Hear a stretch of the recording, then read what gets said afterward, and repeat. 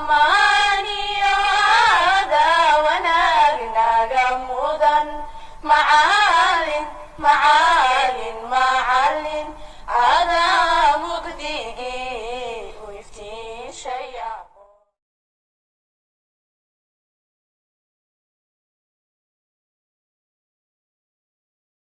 بسم الله الرحمن الرحيم الحمد لله رب العالمين.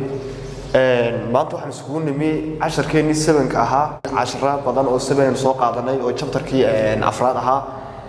maanta waxaanu qaadan doonaa hadaba 10keeni ku xigay oo ahaa area of triangles baan soo dhiganay. area of triangles baan soo dhiganay.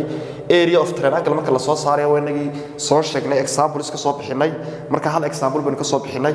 maanta inta insha Allah raacin doonaa area of triangle marka laga hadlayo waanagi sharaxnay nidi area of triangle formuladiisanu sheegnay, sawirka pictureska triangle kanu sheegnay, height ku dhinacu noqdaynu sheegnay, base ku dhinacu noqdaynu sheegnay, dhamaantood waan soo kala sheegnay, formuladana waan soo sheegnay. marka example baa lagu yiri example keen wuxuu noqonayaa example 2 buu inoo noqonayaa. example 2 buu inoo noqonayaa. marka question ka koobaad waxa lagu yiri find the area of a triangle. find the area of a triangle. triangle-ladan area-dooda soo saaraya. find the area of triangle. marka find the area of triangle marka la leeyahay triangle-kan area-diisa soo saaraya. waxaan leeyahay triangle-ka halkan inuu ugu qoran halka dhinaca base baynu naqaanay, dhinacana height baynu naqaanay. markaynu soo saarno area of triangle waxaanu sameyn jirnay area of triangle area of triangle waxa lagu helaa baynu nidhi area of triangle waxa lagu helaa base lagu dhuftay height loo qaybiyay 2. base lagu dhuftay height oo loo qaybiyay 2 aynu oran karnaa. base lagu dhuftay height oo loo qaybiyay 2 ama waxaan oran karnaa oo waynu soo gaabsanay marka base oo lagu dhuftay height saasaynu oran karnaa lagu dhuftay height oo loo qaybiyay 2. intaas area of triangle lagu helaa. haddaba waxaan leenahay area of triangle waxa lagu helayaa base-kii maxaynu haysanaa base-kii 10 cm baynu haysanaa. base-kii 10 cm baynu haysanaa.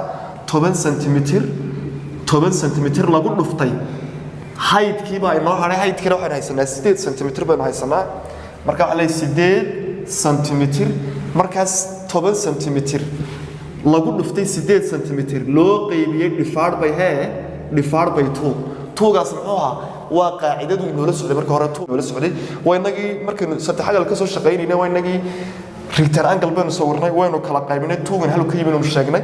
marka waxaan leeyahay 8 cm lagu dhuftay 10 cm labadaas saraan isku dhufanaya waxa ay soo baxaya 80 waxa ay soo baxaya 80 cm square. centimeter iyo centimeterna way isku dhacayaan loo qaybiyo 2 marka 80 cm square 2 oo qaybiya waxa soo baxaya 40 cm square. waxa sameeyay area of triangle waxa lagu helaa nidi base ko lagu dhuftay height-ka oo loo qaybiyo 2. marka waxaan sameeynay base-keena waxa la siiyay 10 cm baa la siiyay times height-keena 8 cm baa la siiyay. labadana isku dhuftay waa 80 cm square oo centimeter iyo centimeterna way isku dhacayaan. waxaan laba loo qaybiyay labadana formuladii inoo la socotay 8 cm square oo laba loo sii qaybiyay 40 cm square baa noo soo baxay. kuwaas waa question 1 way. question 2 oo b iyadana waxa la inaga doonayaa area triangle baa la inaga doonayaa area triangle waxa lagu helaa base lagu dhuftay height oo loo qaybiyay 2. marka base-kii maxaynu haysanaa waxaan haysanaa 12 mitir baynu haysanaa. waxaan leenahay 12 mitir halka inuu ugu bedel 12 mitir lagu dhuftay height-kii oo 4 mitir labadaas aan isku dhufanaya maxaan u qaybinayaa 2 iyo la socday formuladan u qaybinaya. kadibna waxaan leeyahay marka labadaas isku dhufto 12 baan ku dhufanayaa 4 halka inoo 12 ku dhufo 4 ku dhufo 2 waa 8 4na hal ku dhufo 4 marka waxa inoo soo baxay 8 square 8 oo la simida 24 meter square 24 meter square. aan hal mar ku soo celiyo area of triangle waxa lagu helaa base lagu dhuftay height oo loo qaybiyay 2. marka area triangle-kii base-ka waxaan haystaa 10 cm baan haystaa. height oo waxaan leeyahay height isku calaamad isku dhufashada soo qaato waa tan height kana soo qaad 8 cm baan haystaa labadoodana aan isku dhuftay waa 8 cm square 2gii u qaybintana waan soo qaatay marka 8 cm square loo qaybiyo 2 labadan isku qaybi marka maxay soo baxay 40 cm square bay soo baxay su'aashana labaad area of triangle waxa lagu helaa base lagu dhuftay height baa lagu helaa oo loo qaybiyay laba loo qaybiyay marka waxaan leeyahay base ka waxaan haystaa 12 mitir times tan la soo deg height ki waxaan haystaa 4 mitir labada sare isku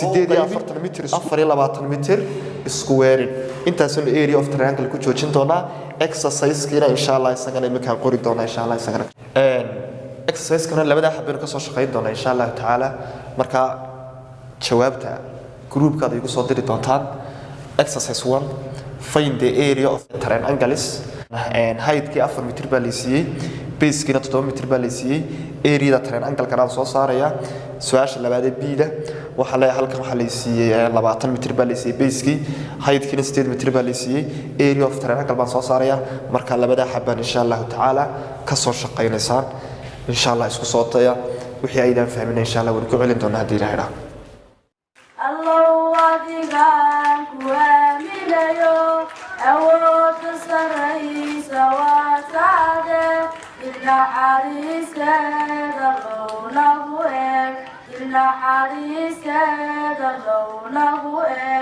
markay adinkiyo ogadu hadlisa afkiyo istifaadka ay awdmaan Allahu asturkaaga weynahu deeq Allahu asturkaaga weynahu deeq Allahu adigan kuamilayo